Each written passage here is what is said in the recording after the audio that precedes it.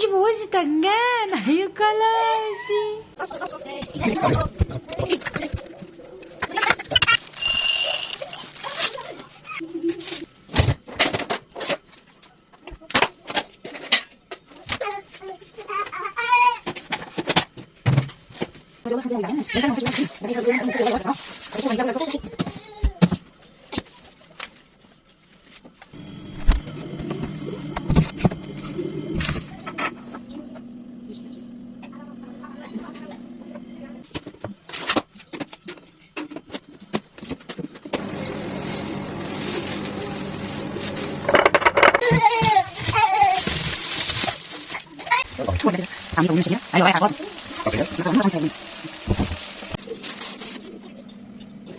بصوا كده ينفع كده؟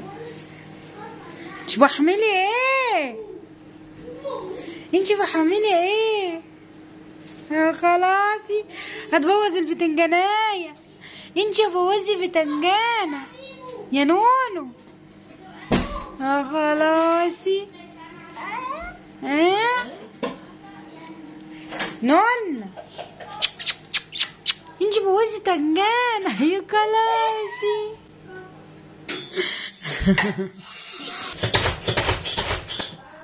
يلا يلا يا محمد، يلا يا محمد.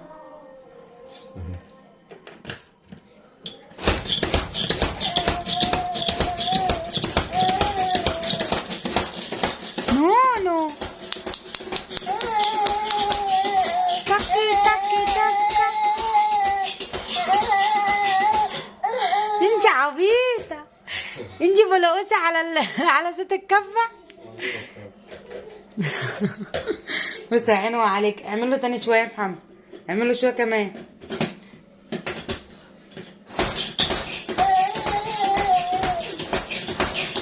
بصوا بقى عايز تغني عليها بتاعت سجادة صلاح حامية.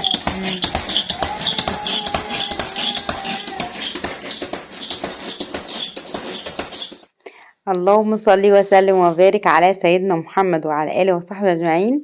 ازيكم حبايبي، عاملين ايه؟ ان شاء الله يا رب تكونوا بخير وبصحه وسلامه يا رب، ويجعل سعادة الدنيا ما بين ايديكم وتحت رجليكم، اللهم امين.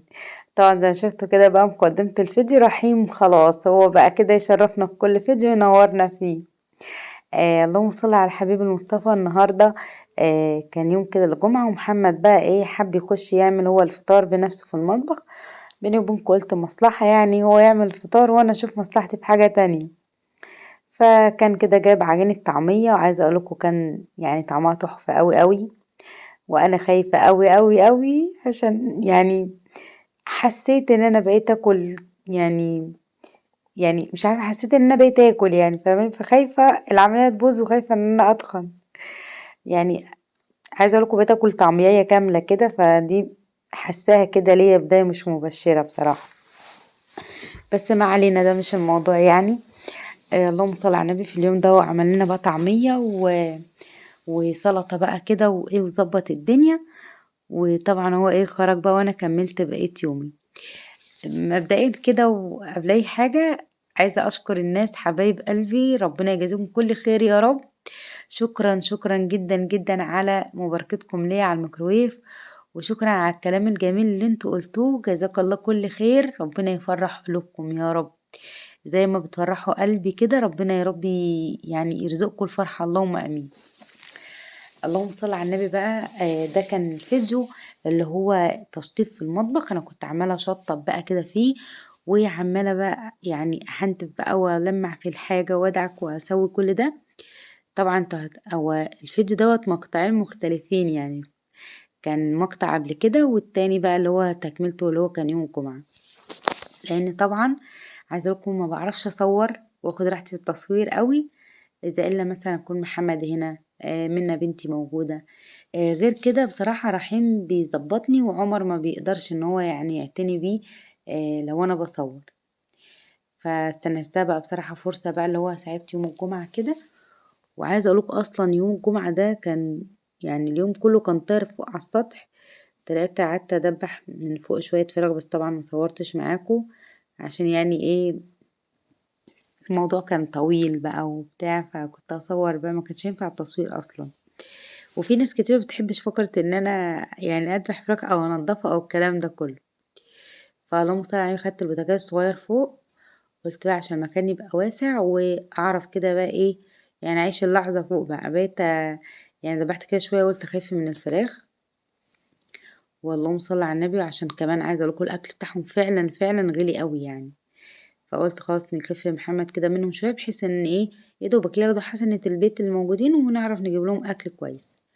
بصوا بقى، كان بالنسبه للرحيم لما جيت كنت في فيديو كده في مره قلت لكم ان انا جبت له لبن جاموسي وكده. عايزه اقول لكم والله انا يعني ما اديتلوش منه رضعتين على بعض، اللي هو ضميري أنبني وزعلت قوي، ورحت رايحه جايبه له برضو العلبه اللي هو علب اللبن اللي انا والله مش فاكره اسمها مش عارفه بيبي حاجه كده رقم 2. اللهم صل على النبي. فانا يعني ما تقلقوش، انا بقول لكم كده عشان الناس يعني اللي قلقانه على الرحيم، ربنا يبارك لكم يا رب. والله بصوا، يعني محبتكم ليا دي خلي بالكم كبيره عندي قوي، اقسم بالله كبيره عندي جدا يعني. آه، بجد بنبسط وبفرح بمحبتكم ليا. يعني مش عارفه الاقي كلمه اقولها لكم تستاهلوها يعني.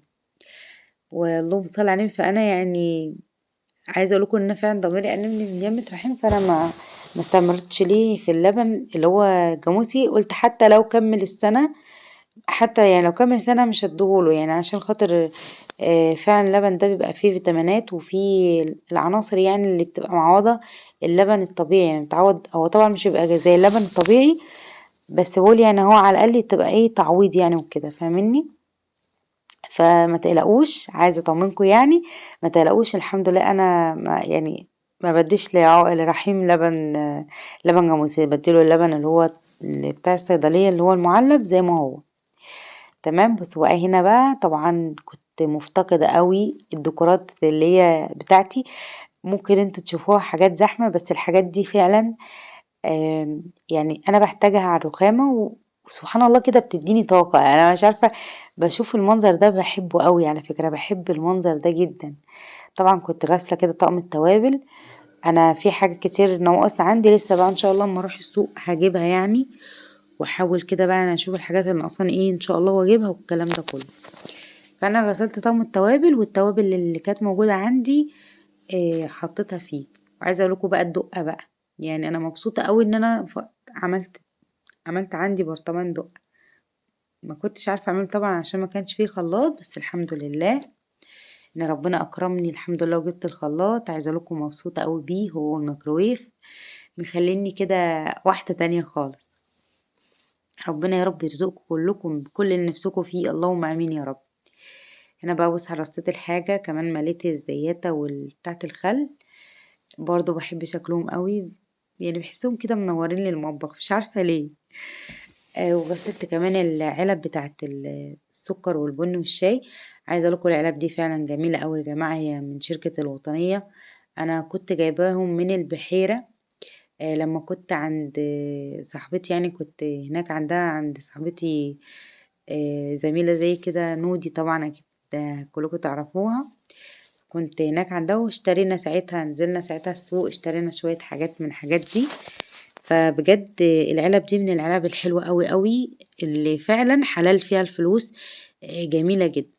بص هنا الرخامة بتطلع دخان، هو انا كنت حاطة الفرن هنا ساعتها المقطع ده لما كنت بعمل معاكم الميني بيتزا لو تفتكروا. شوفوا بقى من امتى متحاش. فالمقطع التاني بقى اللي هو ساعة ما محمد حضر فطار وبقية الروتين دوت كان يوم الجمعة. فاللهم صل على سيدنا محمد. فما تستغربوش بقى، الرخامة طبعا كانت سخنة، كل ما اجي امسحها كده تطلع لي دخان، فاللي هو كانت سخنة جدا يعني. فعشان بس محدش يتخض ويشوف المنظر يعني يتخض، فقلت اعرف. هنا بقى كان يوم الجمعة بقى، ففضيت التسوية اللي انا جايباها. وعايزة اقول لكم طبعا اللهم صل على سيدنا محمد، الفاكهة طبعا اللي موجودة او اللي انا بجيبها السفندي، لاني ولادي عايزة اقولكوا حابينه جدا. يعني عمر ابني بيقول لي يا ماما انا عايزك تلمي لي السفندي كله اللي في سوق يعني اشتريه. قلت له ماله يا ابني، انت يعني هتقدر ان انت تاكله كله؟ يقول لي اه انا بحب السفندي قوي. فالسفندي عايزة اقولكوا مسكر قوي الايام دي، بس انا مش عارفة ليه بيتعبني، ما بعرفش اكل منه كده مثلا واحدة كده على بعضها. يعني من نوع اللي سبحان الله انا اكلت المانجا، وكانت المانجا في اول العملية وكانت مش مسموحة ليا، ما كانتش تعباني زي السفندي كده، مش عارفة ليه. بس اختي قالت لي على العموم يعني السفندي والبرتقال غلط، على اللي عاملين عملية تكميم في اول سنة يعني. بيقولوا لي يعني من الحمضيات بقى وكده، وان هي غلط على العملية عشان الجرح اللي بيبقى جوه والكلام ده كله. بس بيني وبينكم انا مش ماشية على القوانين خالص يعني. انا بتهيألي لو كنت ماشية على قوانين العملية ما كانش ده حالي يعني من الاول. انا بعترف، يعني بعترف بخطأي يعني بصراحة. انا اهملت جدا ولحد النهاردة مشكلتي في الحالة ما بعرفش اخد، يعني ما بحبش ريحة الفيتامين، وما بعرفش اخد البرشام والحاجات دي كلها. فاللي هو انا عايشة حياتي اللي هي الطبيعية. بالنسبة للناس اللي بتقولي يا هاجر انتي بتاكلي ايه في العملية والكلام ده كله، بصوا يا جماعة انا حاليا دلوقتي بقالي 6 شهور، بقالي 6 شهور عاملة العملية. انا دلوقتي باكل من اي حاجة تتخيلوها قدامي، بس اللي هو بتاكلي بكمية نونة يعني زيك زي الطفل الصغير.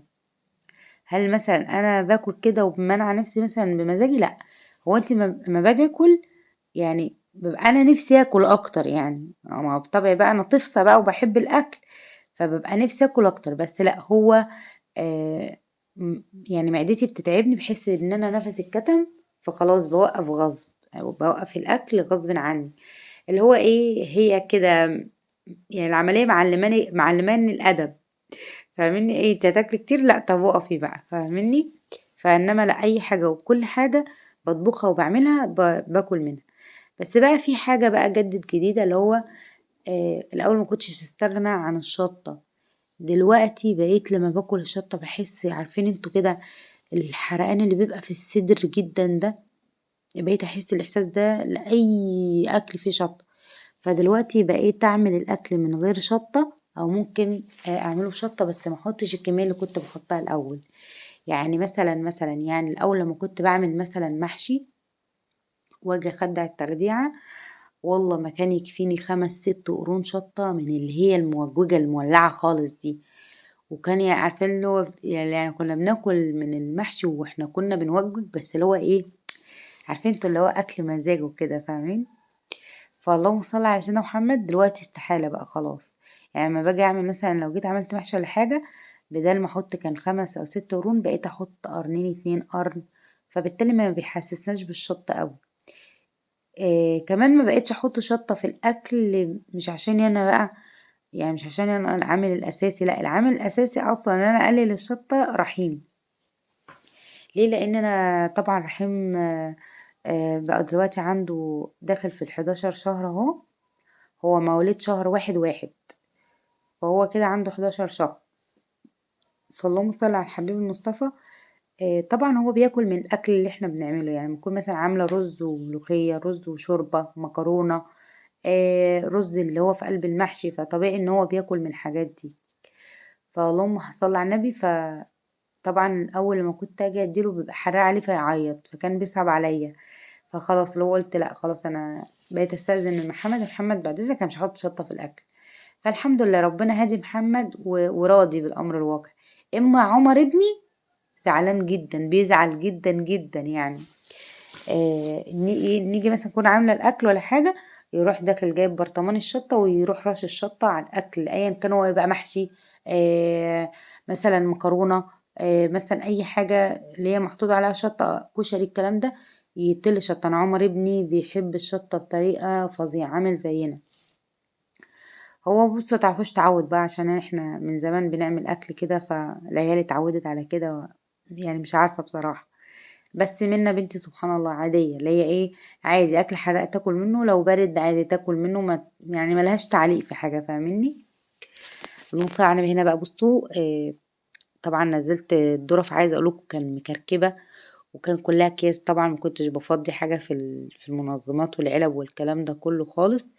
وما كانش فيه عندي حاجات كتير، يعني كان عندي القسم بتاع المكرونات والبقوليات والحاجات دي. كانت يعني ما كنتش لسه ايه متسوقة، او ما كنتش جبت يعني كل الحاجة بتاعته. فكان في كده في كل كيس شوية شويات، قلت مش مشكلة هفضيها، افضي كده كل حاجة في علبتها في مكانها، ولما اروح ان شاء الله اتسوق واكمل حاجة بقى اكمل بقى ايه البرطمانات والحاجات زي كده. فزي ما انتم شايفين بصوا هتلاقوا يعني مناظر قدامكم بسم الله ما شاء الله، يعني بقى كركبة كتير جدا جدا. نزلت بقى العلب، مسحت الظرف كويس، ويعني انتوا عارفين انا قلت اعمل المطبخ ده بتاعي واحدة واحدة. خلي بالكم انا عملت اكتر من يجي نصه كمان، بس في الحاجات اللي صورتها معاكم وفي حاجات ما صورتهاش، لاني طبعا التصوير بياخد وقت. وانا ساعات كده سبحان الله اصحى من النوم مباشرة جبت وين دخلت على المطبخ. هو المطبخ ده حديث اللي هو عامل لي كابوس من ساعة ما كنت تعبانة، وكمان بتوع الغاز. فاللي هو انا كنت شايفة المطبخ ده يعني هو العقبة بتاعتي، او متعرفوش هو الشماعة اللي كنت بعلق عليها كسلي، الله اعلم ما تعرفوش ايه يعني. فبصراحة مطلعة في كل طاقتي الايام دي. الشقة برا كويسة الحمد لله، بس برضو ان شاء الله نعمل بقى كده روتين وتنظيفات عميقة كده مع بعض بأمر الله. آه، ونفسي اعمل تغييرات وتجديدات ان شاء الله نعملها مع بعض. كمان التغييرات والتجديدات يعني اكتر حاجة في اوضتي واوضة العيال، عايزة اغير لون الدهان. يعني بص مش هحرق لكم كده الحاجة، سيبوها كده بظروفها كده، وان شاء الله كده نرجع كده لنشاط زمان بقى، والتجديدات بتاعت زمان والافكار الحلوة والحاجات اللي نعملها في البيت ونوفر. ان شاء الله نعمل ده كله، بس ربنا يهدي رحيم ليا بجد. الاسبوع ده كده كله امتحانات على منا. وكمان عايزه اقولكم المدرسه بتاعتها يعني اتنقلت. الاول مدرستها هنا كانت عندنا في البلد اللي انا فيها في المحافظه اللي انا فيها، ففي صيانه دلوقتي في المدرسه. فهم نقلوا المدرسه بتاعتها في مكان تاني، يعني في مكان تاني. بتروح كل يوم بقى بوديها بتوك توك واجيبها بقى بتوك توك وكده فاهميني. فاللي هو ايه مضغوطة اوي الايام دي، بس سبحان الله يعني مضغوطة، بس الحمد لله عرفت اصور واعمل شوية حاجات واوضب شوية حاجات يعني كده. هنا بقى بصوا كنت جايبة كورن فليكس، واول مرة اجيبه على فكرة يا جماعة. يعني لسه ان شاء الله نعمل بقى بيه وصفاته الحاجات دي.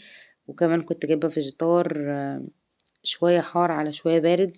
كنت الاول بجيبه حار بس، انما دلوقتي بقيت اجيب يعني نص على نص كده عشان ايه يعني ما يبقاش حراق قوي، عشان يعني ما يتعبنيش. لاني عايزه اقول لكم فعلا فعلا الواحد يعني في حاجات كتير قوي فيه اتغيرت من بمناسبه يعني التغيير وكده. الفيديو اللي فات في بعض الناس تقول لي يا هاجر ان احنا اتعودنا على شكلك وانتي كنت تخينه، شكلك اتغير اكنك اتبدلتي. انتوا عندكم حق، انا والله انا نفسي ببص لنفسي في المرايه بقول هي مين دي؟ هي دي مين اصلا؟ انتي مين يا حاجه؟ انتي مين؟ سبحان الله فعلا الواحد مهما كان مش بيعجبه حلو. بس عايزه اقول لكم انا اتحسنت كتير عن الاول، بشرتي بدأت تفتح شويه. انا بشرتي كانت غامقه جدا جدا في الفتره الاولانيه دي، بس دلوقتي الحمد لله لما بدأت اكل ومثلا ادخل معدتي كميه اكل كويسه يعني مناسبه ليا وكده، فحسيت الدنيا عندي ابتدت تتظبط. يعني ابتديت ارجع اللي هو ايه زي ما انا. عندي فوبيا وخايفة ان انا ارجع اتخن تاني. لان انا ليا اختي عاملة العملية من يجي حوالي 3 سنين ونص، بس هي اللي غلطانة. يعني انا برضو ايه الواحد يقول اللي ليه واللي عليه. ابتدت يعني دلوقتي وصلت حاجة وتمانين 85 مثلا او 83. فبان عليها ان هي يعني ايه مش تخن التخن وحش، بل بالعكس يعني هي ايه وشها ملا شوية، الدنيا اتظبطت معاها مثلا. يعني اللي هو ايه شكلها اتعدل تاني رجع تاني زي الاول. بس يعني انا خايفة عليها ترجع تتخن تاني زي الاول، لاني بصوا يا جماعة التخنة عندنا في عيلتنا وراثة من يمة الام والاب. لاني يعني والدتي الله يرحمها هي ووالدي قرايب الاتنين قرايب فاهمني. بسم الله ما شاء الله هتبص لها من هنا في تخن، هتبص من هنا في تخن. فانا خلاص بقى عندي فوبيا يعني، مش عشان بقى المظاهر والكلام ده، لا والله عايزه اقول لكم كان في حاجات كتير تعبانه في جسمي و... وراحت لما خسيت. يعني لما جسمي خس راحت يعني. لاني فعلا انا حاسه انسانه تانية يعني اتشالت من وزني، لان كنت انا 108 وانا مش طويلة، انا قصيرة جدا على فكرة. انا طولي حوالي 100، مش عارفة 148 ولا 150، يعني في الحدود دي، فاهمني؟ فقصيرة. فكان مع القصر ده بقى انت 108، فكنت حاجة كورة كده ببعضية ماشية على الأرض. فدلوقتي الحمد لله بفضل الله أنا بقيت 65 كيلو. فاحسبوا انتوا بقى من 108، متهيألي خسيت حاجة و40 كيلو يعني. حاجة و40 كيلو، متهيألي 43 كيلو، متهيألي كده 43 كيلو خسيت. مش عارفة اخس تاني عن كده ولا هزيد. انا في ثبات وزن دلوقتي بقالي حوالي شهر، او ممكن اقل من شهر في ثبات، يعني ما نزلتش من ساعتها. بقول يمكن عشان بقيت اعرف اكل. يعني عايزه اقول لكم كميه الاكل بتاعتي كبرت شويه، فاهميني؟ عن الاول. بمعنى ايه هقول لكم؟ يعني مثلا انا بقيت مستغربه على نفسي في اليوم اللي محمد عمل فيه الطعميه. انا كلت طعميايه، آه يعني كلت طعميايه على مرتين ونص، يعني فاهميني؟ يعني كلت الطعميه على مرتين، يعني نص، يعني نص الطعميه كلتها على لقمه، والنص التاني في لقمه تانية. فلو انا بعد ما كلت كده نص طعمية على لقمتين، فاللي هو استغربت لنفسي، يعني قعدت أنب في نفسي، هو في ايه يا هاجر؟